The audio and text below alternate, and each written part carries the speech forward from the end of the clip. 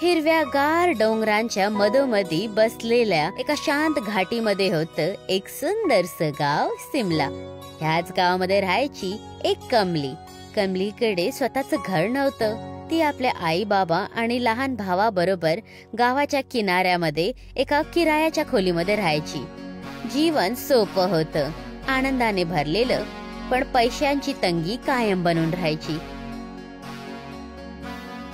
ताई. हो गोलू, काय झालं माझ्या भावाला? ते शाळेमध्ये सांगितलं की माझी फीस उरलेली आहे ना, म्हणून माझा रिझल्ट नाही देणार, म्हणून लवकरात लवकर फीस भरायची आहे. अच्छा, असं बोलली का टीचर? ठीक आहे, टीचरला बोल की आम्ही लवकरच फीस भरणार आहोत. ठीक आहे? हो. परिवाराची मदत करण्यासाठी कमली गावाच्या एकमात्र हॉटेल द कोझी इन मध्ये काम करायची. ती रसोईया किंवा वेटर नव्हती, पण एक छोटीशी सहायक. ती टेबल स्वच्छ करायची, फरच्या पुसायची आणि छोटे मोठी कामं सांभाळायची. या हॉटेलचा मालक शर्माजी एक दयाळू माणूस होता. तो कमलीला कायम सम्मान द्यायचे आणि जीवनाची गोष्टी सुद्धा सांगायचे. अरे कमली बाळा, तू आतापर्यंत घरी नाही गेली? नाही, ते फक्त थोडंसं काम उरलेलं होतं, तर मी विचार केला की थोडं संपवू आणि मग जाऊ. तू काम तर खूप छान करते कमली, पण लक्षात घे, ह्या कामासोबत तुला तुझा अभ्यास पण करायला पाहिजे. म्हणूनच उद्यापासनं काम लवकर निपटव आणि घरी जाऊन अभ्यास कर. जर ह्या कामामुळे तुझा अभ्यासाचा दुर्लक्ष झालं तर ते मला नाही आवडणार. हो नक्की शर्माजी. एक दिवस हॉटेलच्या समोर एक चमकणारी कार येऊन थांबली. त्यामधून एक माणूस उतरला, राहुल वर्मा, एक खूपच प्रसिद्ध व्यापारी. एक व्यापारिक यात्रेच्या दौरान तो कमलीच्या हॉटेलमध्ये जेवणासाठी थांबला. दुर्भाग्यवश त्या दिवशी रसोईया आजारी होता आणि बाकी सगळे कर्मचारी पहिलाच व्यस्त होते. शर्माजी परेशान झाले. त्यांना माहित होतं की वर्माजींना निराश करणं हॉटेलच्या प्रतिष्ठेसाठी नुकसानदायक होऊ शकतं. नमस्कार वर्मा साहेब, तुमचं आमच्या हॉटेलमध्ये स्वागत आहे. धन्यवाद शर्माजी. तसं तुमचं हॉटेल तर खूपच छान आहे. मी तर आज या हॉटेलाची सगळ्यात चांगली डिश खाणार. हो नक्कीच वर्माजी, फक्त थोडी प्रॉब्लेम आहे. आज आमचा स्वयंपाक करणारा आजारी आहे. हे तुम्ही काय म्हणताय की आज मी उपाशीपोटी घरी जाऊ? जर हॉटेलमध्ये स्टाफ नाहीये तर तुम्ही बंद का नाही करत हे हॉटेल? वर्माजीचं राग वाढतच जात होतं. तेव्हा जवळच टेबल स्वच्छ करणारी कमली हे सगळं बघते. ती ताबडतोब शर्माजी जवळ येते आणि बोलते, माफ करा सर, पण आमच्यामुळे तुम्हाला तकलीफ होत आहे, पण तुम्ही काळजी नका करू. आम्ही लवकरच तुमच्या जेवणाचा इंतजाम करेल. शर्माजी तुम्ही पण काळजी नका करू, आजचं जेवण मी बनवेल. तू खरोखर स्वयंपाक करू शकते? हो शर्माजी, माझ्या आजीने मला एक खास रेसिपी शिकवली आहे. आमच्या कुटुंबामध्ये खूप वर्षांपासून चालत आहे. आज मी तीच डिश बनवणार आहे. शर्माजी थोड्या वेळासाठी विचार करत राहिले. त्यांना माहित होतं की कमली मेहनती आहे, पण इतक्या मोठ्या ग्राहकासाठी जेवण बनवणं खूप मोठा जिम्मा होता. तरीही त्यांच्याकडे दुसरा विकल्प नव्हता. ठीक आहे तर कमली, कोशिश करा. कमलीच्या डोळ्यामध्ये चमक आली. ती पळत पळत स्वयंपाक खोलीत गेली, सामग्री एकत्रित करते आणि मग पूर्ण लगनने काम करायला लागते.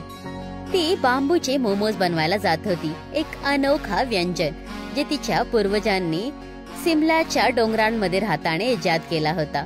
ते शिकारी होते आणि जंगलामध्ये बांबूच्या दांड्यांमध्ये मोमोज बनवायचे, ज्याने त्याच्यामध्ये एक स्मोकी स्वाद यायचा. चल शेफ कमली, आता आपला कमाल दाखव. बांबूचे मोमोज बनवून दाखव. कमलीने भाज्या कापल्या, त्यांना चांगल्यापैकी बनवून शिजवलं. त्याच्यामध्ये मेयोनीज, शेजवान, ब्लॅक सॉल्ट आणि मसाले मिसळले. अरे वा, हे तर खूपच मसालेदार आणि स्वादिष्ट दिसते. चला आता मैदा पण भाजून घेते.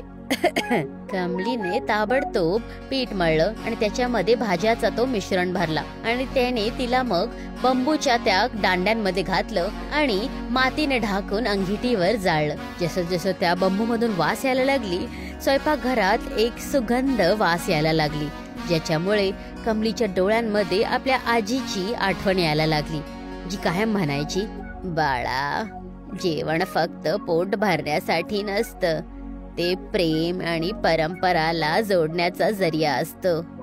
जेवण तयार झाल्यानंतर कमलीने आपली बनवलेले स्पेशल मोमोज वर्माजींना दिले. त्यांना बघून वर्माजींच्या चेहऱ्यावर आनंद पसरला. अरे वा, हे तर खूपच चविष्ट वाटतंय. धन्यवाद सर. वर्माजीने हळूच एक मोमो उचलला आणि पहिला घास खाल्ला. त्यांचे डोळे हैराणीने पसरले. वाह, क्या बात है, लाजवाब, अगदी छान. मोमोजचा स्वाद अद्भुत होता. मसाल्यांची गरमाहट आणि बासच्या महकने मन जिंकलं होतं. जेवण संपवून ते बोलले, वा कमली, तू तर खरंच कमाल केली आहे. धन्यवाद सर. मला आनंद झाला की तुम्हाला माझ्या हाताने बनलेलं जेवण आवडलं. अरे वा कमली, तू तर छुपी रुस्तम निघाली. तुझ्यामुळे माझी इज्जत वाचली. खरंच तुझं खूप खूप धन्यवाद कमली. अरे, तुम्ही तर मला शर्मिंदा करत आहात शर्माजी. नाही कमली, शर्माजी बरोबर बोलताय. तुझ्या हातात जादू आहे. तसं तू काय करते? सध्या तर मी कॉलेज करत आहे, जिथे मी हॉटेल मॅनेजमेंटचं शिक्षण घेत आहे. त्याचबरोबर शर्माजीच्या हॉटेलमध्ये पार्ट टाइम काम पण करते, ज्याने आपल्या कुटुंबाला सांभाळू शकू. का इतक्या लहान वयात तू हे सगळं करून घेते? हो साहेब, आमची कमली खूपच मेहनती आहे आणि हुशार पण आहे. आणि असं म्हणतात ना की जे हुशार असतात ईश्वर त्यांची परीक्षा जास्तच घेते. कमलीची पण अशीच अवस्था आहे. पण इतके खराब हालात असूनही ती हार नाही मानत, अपितू ताट मुश्किलांचा सामना करते. कमलीच्या परिस्थितीबद्दल ऐकून वर्माजी भावुक झाले. कारण आज भलेही त्यांची परिस्थिती कितीही चांगली असो, एक वेळ होता जेव्हा ते सुद्धा कमलीसारखे जीवनाच्या कठीणाईमध्ये अडकलेले होते. कमलीची गोष्ट ऐकून त्यांना आपले जुने दिवस आठवले. वा कमली, तुझी तारीफ जितकी केली तितकी कमी आहे. मला माफ करा. मी जेव्हा इथे आलो होतो तेव्हा खूप अकडून बोलत होतो तुमच्याशी. तुमच्या हालती बघून मला माझे जुने दिवस आठवले. वर्माजीने ताबडतोब आपला बटवा काढला आणि कमलीला एक चांगलं बक्षीस दिलं. तुझ्या ह्या हुनरला जिवंत ठेवणं अति आवश्यक आहे. पुढे वाढा आणि ह्या कलेला पुढे घेऊन जा. हो नक्कीच सर. कमलीच्या डोळ्यांमध्ये आनंदाचे अश्रू होते. ती पळत पळत आपल्या आई बाबांना सगळं सांगायला गेली. ती ह्या पैशांनी खोलीचा भाडं देऊ शकली, जरुरी सामान खरीदू शकली आणि थोडेसे पैसे बंबूचे मोमोज बनवण्यासाठी पण वाचवते. हळूहळू पूर्ण गावामध्ये तिची चर्चा पसरायला लागली. लोक दूर दूरून बंबूचे मोमोज खायला यायला लागले. द कोझी इन हॉटेल सुद्धा खूप प्रसिद्ध झालं आणि कमली गावाची हिरो झाली.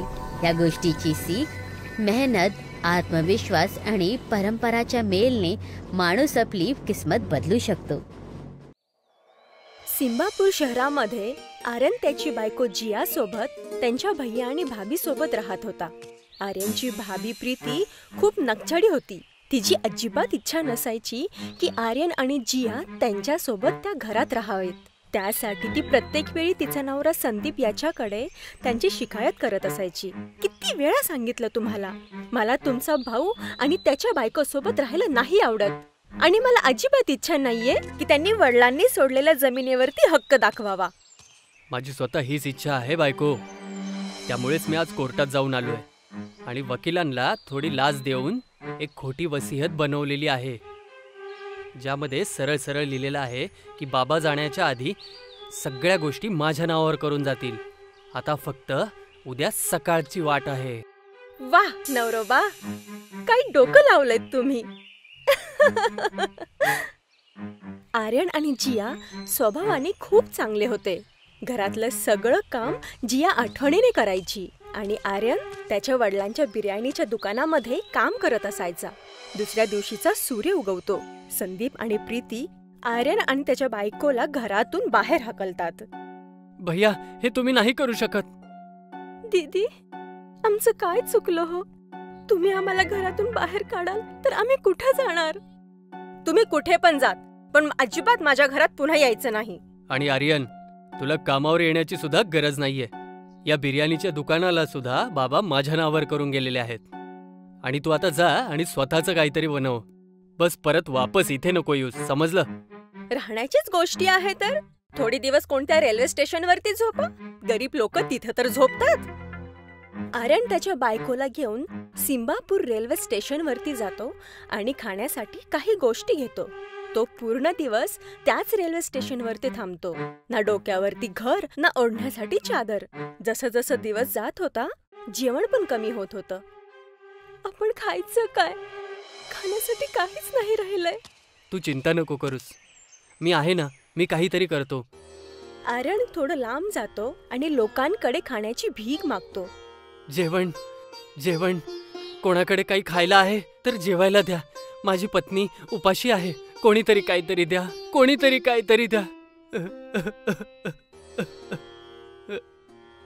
आर्यन त्याच्या हालातवरती खूप जास्त रडू लागतो. तेवढ्यात तिथे एक छोटी मुलगी आर्यनकडे येऊन म्हणते, तुम्ही रडत का आहात?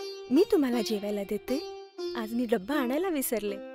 मम्मीने आज मला बिर्याणी आणि मित्रांसाठी मोमोज पॅक करून दिलेत. तुम्ही रडू नका, मी तुम्हाला माझा डबा देते. बाळा, तुझं खूप खूप धन्यवाद. देव नेहमी तुझ्यासोबत राहील. माझी ईश्वराकडे हीच प्रार्थना आहे. तेवढ्यात रस्त्यामध्ये एक म्हातारी आजी एक कमजोर परिस्थितीमध्ये लोकांकडे जेवण मागत होती. कोणी जेवायला द्या, नाही तर मी अजिबात जगू नाही शकणार. आर्यन तिला बघून थांबतो आणि त्या म्हाताऱ्या आजीला म्हणतो, हो आई, मी थोडंसं जेवण तुला देतो. मी माझ्या हिस्साचं जेवण तुला देतो. मला फक्त एवढंच जेवण पाहिजे होतं ज्यानं माझ्या बायकोचं पोट भरेल. तू एक चांगला माणूस आहेस. सगळीकडे बघितलं मी तुला त्याच पद्धतीने जसं कोणी समुद्रामध्ये मोती शोधत असतो. प्रत्येक वेळी दगडच हातामध्ये लागला, पण आज त्या समुद्रामध्ये मला मोती मिळाला. ती म्हातारी आजी अचानकपणे परीमध्ये बदलते. ज्या परीने तुला टिफिन दिला होता ती मीच होते बाळा. भूकमरीच्या हालातमध्ये पण तू मला जेवायला दिलंस. आता तू कधी सुद्धा उपाशी नाही झोपणार. हळूहळू तू जे काही गमावलंयस त्याच्या दुप्पट तुझ्याकडे खेचून येईल. मेहनत कर आणि खूप तरक्की कर आर्यन. परी जादूने त्या स्टेशनवरती एक दुकान ओपन करते ज्याच्यावरती मोमोज बिर्याणी लिहिलेलं असतंय. उद्यापासून तू हेच विकशील. या दुकानावरती तू काम करशील. जे कोणी तुझ्या हाताची बिर्याणी खाईल तो ह्या चवीसाठी वेडा होऊन जाईल. आणि हे बोलून परी तिथून निघून जाते. आर्यन जियाला जाऊन जेवण देतो आणि तिला सगळं सांगतो. चांगल्या लोकांसोबत वाईट होतं हे सगळ्यांनी सांगितलं आणि ऐकलेलं पण आहे, पण जे आज आपल्यासोबत झालं ते प्रमाण आहे की हे वाक्य चुकीचं आहे. दुसऱ्या दिवशी आर्यन आणि जिया दोघेही दुकानामध्ये जातात जिथे पहिल्यापासूनच मोमोज बिर्याणी बनवण्याचं सामान त्या 2 पेटीमध्ये ठेवलेलं होतं. आणि सोबतच तिथे एक कागदही होता ज्यावरती मोमोज बिर्याणी बनवण्याचा तरीका लिहिलेला होता. इथे आधीपासूनच सगळी सामग्री ठेवलेली आहे. आपण या बिर्याणीला सगळ्यांसाठी विकूया. याला एखादा गरीब पण विकत घेऊ शकतो आणि श्रीमंत पण विकत घेऊ शकतो. त्यामुळेच आपण याला 5 रुपयामध्ये विकूया.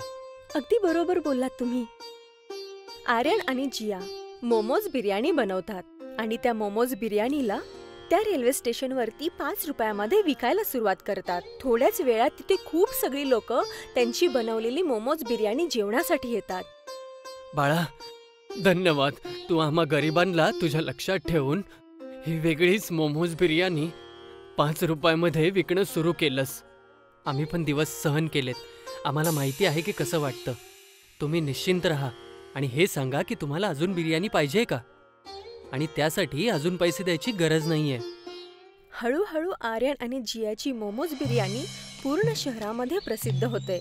सगळी लोक त्याच्या दुकानावरती 5 रुपयाची मोमोज बिर्याणी खायला येतात. प्रत्येक शहरामधली धनवान लोक ते 5 रुपयाची मोमोज बिर्याणी खायला येतात आणि त्याला खूप सगळे पैसे देऊन जातात. ही गोष्ट अगदी हवेसारखी संदीप आणि प्रीतीकडे पण पोहोचते. हे मी काय ऐकतेय नवरोबा? आर्यन आणि जिया पुन्हा एकदा श्रीमंत बनत चाललेले आहेत. त्यांना खूप सगळ्या शहरातली धनवान लोक त्या बिर्याणीला खाऊन जास्त पैसेही देत आहेत त्यांना. माहिती आहे, मला सुद्धा समजत नाहीये. सगळं तर आपण त्याच्याकडून हिसकावून घेतलं होतं, तर त्याच्याकडे हे पैसे कसे आले दुकान उघडण्यासाठी? आणि एवढे पैसे कसे आले की तो बिर्याणीला 5 रुपयामध्ये विकत आहे? आपल्या दोघांना जाऊन बघावं लागेल. पण तो आपल्यासोबत बोलणार तरी का? ते सगळं माझ्यावर सोड. मी माझ्या भावाला ओळखतो.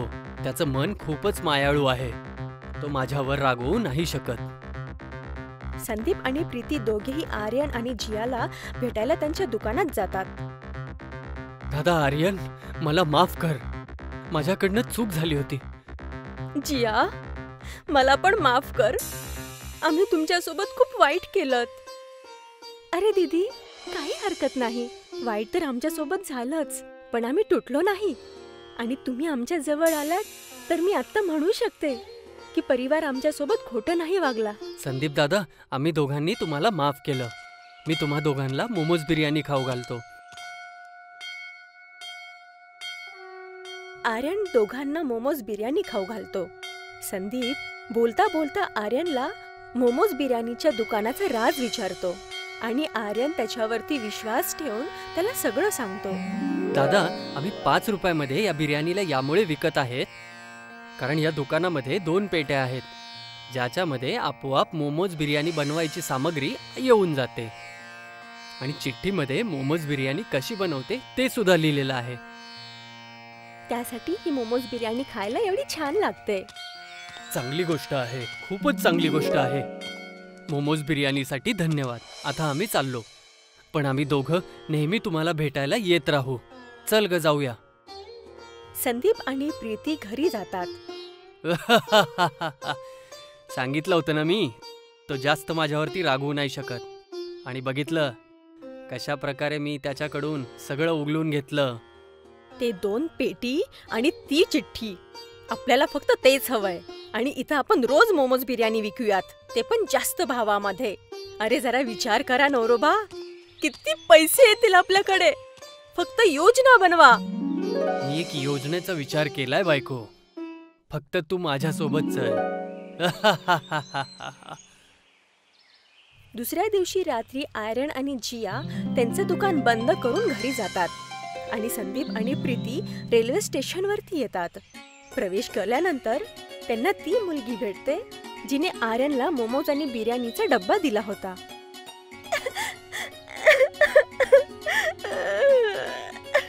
मी रस्ता विसरले. अंकल, माझी मदत करा. मला घरी सोडा ना. ए पोरी, इथून निघ. इथून निघ लवकर. कोणा अजून दुसऱ्याकडे मदत माग. अरे, ही मुलगी इथे कुठून आली? ए, तुला कळत नाहीये का? जा इथून. ती मुलगी तिथून रडत रडत निघून जाते. संदीप आणि प्रीती आर्यनच्या मोमोज बिर्याणीच्या दुकानाच्या तिथे पोहोचतात.